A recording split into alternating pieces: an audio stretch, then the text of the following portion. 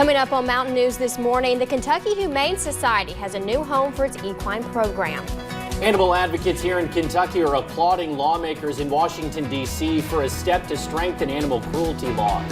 Plus, GM workers in Bowling Green are saying no to a new contract, keeping a months-long protest alive.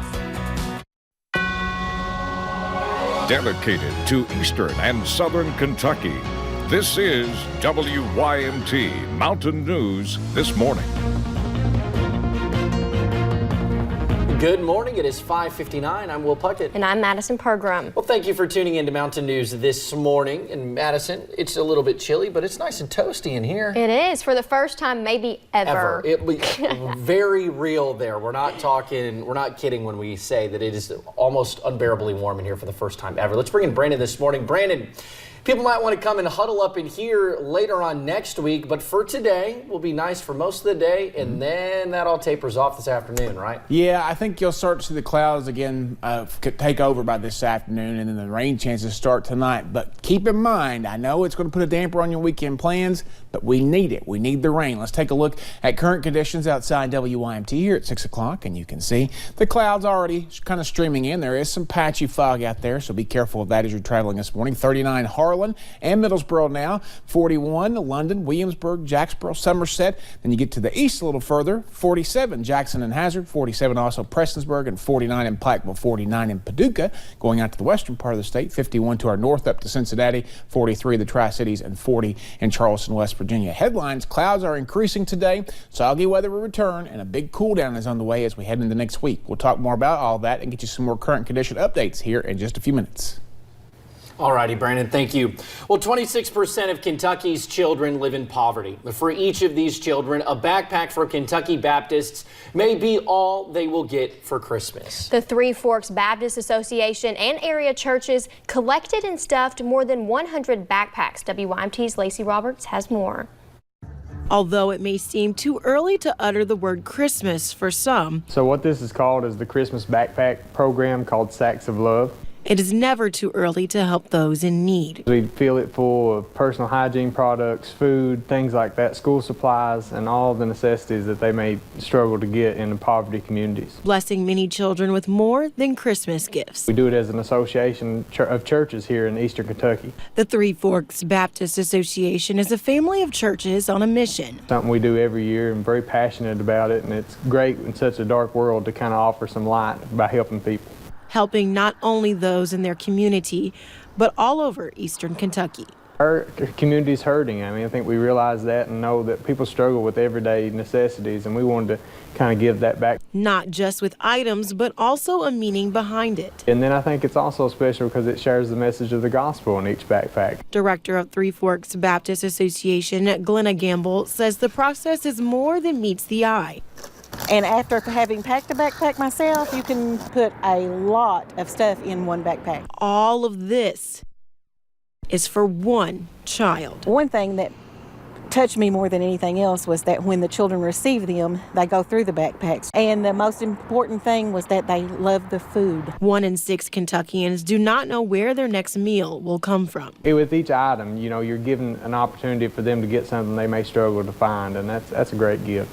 But in these backpacks, food, fun, and the feeling of love can all be found. In Vico, Lacey Roberts, WYMT Mountain News. Now, Smithsboro Baptist Church beat their personal goal with more than 300 backpacks collected. Many of them will be distributed in the region, while others will go to a partner in Cincinnati. This year in Louisville, the Salvation Army is making changes to its iconic Red Kettle campaign. New this year, the Red Kettle Challenge open to businesses, schools, churches, or community groups in the area. They'll get their own kettle to ring when they and however they want. A meeting was held last night for volunteer captains to learn more about the challenge. Money raised from the kettles will help homeless families around Louisville. And more than 300 junior girls from high schools in Pike County gathered at the University of Pikeville yesterday for an Eastern Kentucky Strong meeting. Those involved say the event, now in its third year, celebrates female empowerment by showing them the opportunities they have to break the glass ceiling. The day includes breakout sessions to teach specific lessons to the students, mixing the students to allow them to meet new people. Mary Beth Steltner, one of the organizers, says the event is not just about one day, it is about the days to come.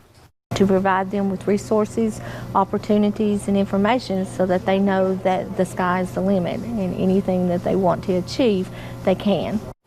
The theme of the event was Alice in Wonderland, representing the journey each lady is taking.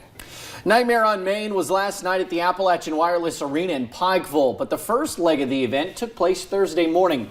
Students in special education classes were invited to take part in the event of their own to start the day. Director of Tourism Jimmy Taylor says the event gives differently abled kids and their families a chance to celebrate Halloween in a safe space. From inflatables to a petting zoo, the arena floor is transformed to give kids a day to remember. And the Kentucky Humane Society has a new home for its equine program. KHS bought 2 farms in Simpsonville named Willow and Hope Farm. The new facility has more than 40 acres of pasture, 38 stalls, a quarantine barn, and indoor arena for riding and training. KHS says this will help them take in more horses. We accept all horses. They can be surrendered by their owners. They could be abandoned in Eastern Kentucky as a stray horse. They could come from a seizure case in which they have been confiscated and turned over to us for rehab and placement. So we don't limit the breed or the situation that comes in for the horses. We just take whatever we can afford to handle and the capacity to take care of. And since 2015, KHS has rescued, rehabilitated, and found homes for more than 300 horses. Until Willow Hope Farm opened this year, the Humane Society relied on leased barns and foster homes. Well, animal advocates here in Kentucky are applauding lawmakers in Washington, D.C. for a step to strengthen animal cruelty laws. The U.S. House of Representatives unanimously passed the PACT Act earlier this week. And the bill would make several extreme acts of animal cruelty a federal felony. Kentucky state laws have long been criticized for not being strong enough. Advocates and officials told Garrett Weimer the federal bill is a step in the right direction. Animal rescues know just how common abuse and cruelty cases are. Pause for the Cause here in Lexington deals with hundreds of animals every year, many of them abused. They say the country needs a law like this. Especially here in Kentucky. State animal cruelty laws here are often considered among the worst in the nation. In fact, Kentucky is dead last for the 12th year in a row in the Animal Legal Defense Fund's annual rankings. The PACT Act, which stands for Preventing Animal Cruelty and Torture, bans abusive behavior including crushing, burning, drowning, suffocating, and impaling animals. Violators would not only face federal felony charges, but could also be fined or spend up to 7 years in prison. There aren't many laws on the books to begin with. We've just got some very basic do-nothing laws that people can hardly be prosecuted for. So to have something on the federal level is great. I mean, it's something we need. People who torture animals need to at least go away for a little while and reflect on their crimes. The PACT Act now heads to the Senate. Advocates say they hope it passes as easily there as it did in the House. They call it a common sense bill. In Lexington, Garrett Weimer, WKYT. Now, as for the state law, several animal cruelty-related bills have been pre-filed in Frankfort for the 2020 session of the Kentucky General Assembly. Among them are a horse cruelty bill and a bill requiring veterinarians to report suspected abuse. And President Trump will be in Lexington in just 9 days. He is holding a campaign rally at Rupp Arena on the eve of Election Day. The city and businesses are preparing for his visit, but there is one town that knows just what it takes to prepare. The president visited Richmond last year, and Richmond Mayor Robert Blythe says no matter your party affiliation, if you had the chance to see the president in Kentucky, take it. If you can, I like to perch somewhere to see the arrival and departure of such an entourage as will come to this city. The rally in Lexington is November 4th. The doors at Rupp Arena will open at 4 p.m. that day, with the rally set to start at 7. General Motors workers in Bowling Green are saying no to a new contract, keeping a months-long protest alive. This week, each United Auto Workers post will vote on the terms of a new 4-year agreement. The contract includes wage increases and lump sum bonuses, along with plans to shut down 4 GM facilities. Plant workers in Bowling Green do not approve, and they are not alone. Other posts have done the same. All votes will be tallied later today. And in West Virginia, CBS affiliate WOWK reports that the Defense POW MIA Accounting Agency has identified the remains of a soldier from Mingo County who died in the Korean War. These are photos of the Army Corporal Charles H. Grubb of War Eagle, West Virginia. He was 21 years old when reported missing in action on December 1st, 1950, when enemy forces attacked his unit in North Korea. For more information on how his remains were identified, you can visit our website at WYMT.com.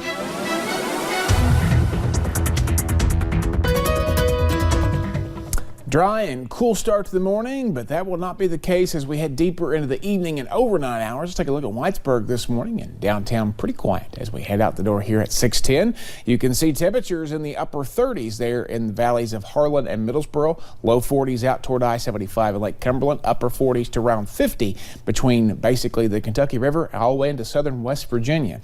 Temperature change, everybody warmer by several degrees except for Wise, only 2 degrees cooler than it was this time yesterday. Your day planner takes us back up into the mid-60s today, but the sunshine, if we have any this morning, will go away quickly to cloud cover and then rain chances heading into the evening and overnight hours. Will? All righty, Brandon, thank you, and thank you for joining us right here on Mountain News this morning. More news is on the way. With $5.7 million in state funding, the city of Pikeville is moving forward with plans for the Kentucky Enterprise Industrial Park.